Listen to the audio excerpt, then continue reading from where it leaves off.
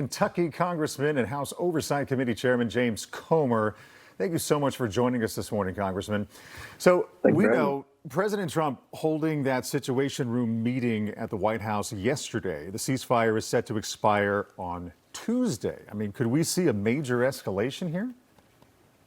Well, I think everything's on the table. The president has a reputation of not taking a whole lot of crap.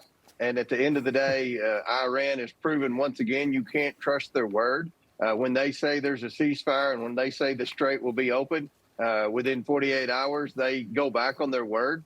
I think the president knew this going in, and I think every option's on the table. And I think he's already demonstrated to Iran he's not messing around.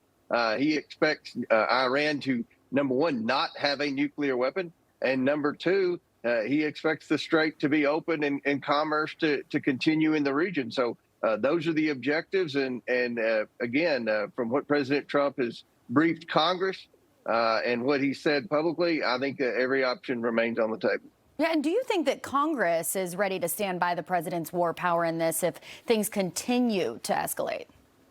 Well, I think it's a pretty common known fact that most people in Congress don't want to see boots on the ground.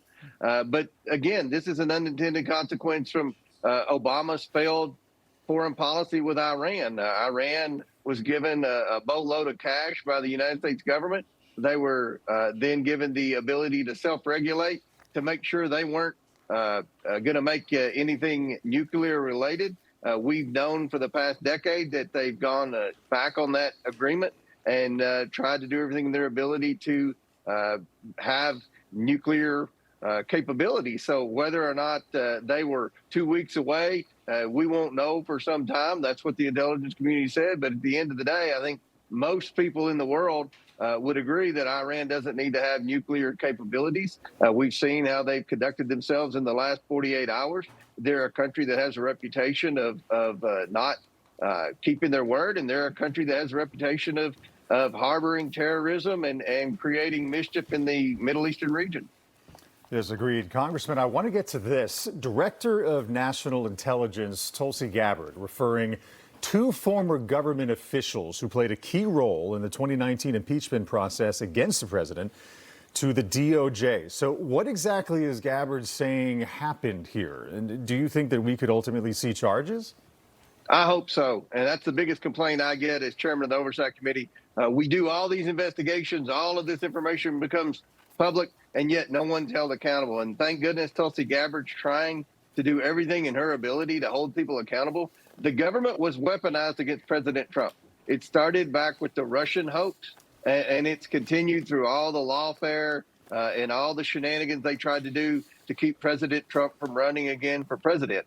These people have been outed, and the next step is to hold them accountable. And that's what I hope happens. I think the recent changes at the Department of Justice were a positive thing. I think that now we have people in place that are serious about working with not just Tulsi Gabbard and Kash Patel, but also working with the House Oversight Committee and the House Judiciary Committee led by my colleague Jim Jordan, and taking some of our recommendations and criminal referrals and trying to hold people accountable. And I hope that's what happens. And I'm real excited that Tulsi has done this in the last few days. Yeah, Congressman, before we let you go, I want to ask you about the FISA extension. So switching gears here, the Foreign Intelligence Surveillance Act. So that was set to expire yesterday, and then President Trump extending that again just until April 30th. Now, there's concern over how much access the government will have to Americans' data, specifically Americans with interactions with foreign targets. So do you expect a resolution here when April 30th rolls around?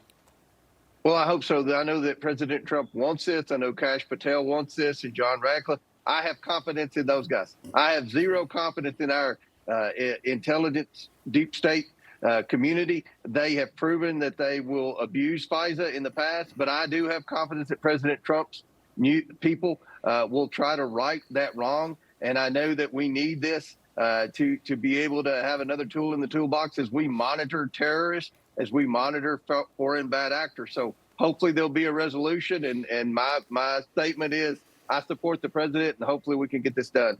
Congressman James Comer, thank you for joining us. We really appreciate your time, sir.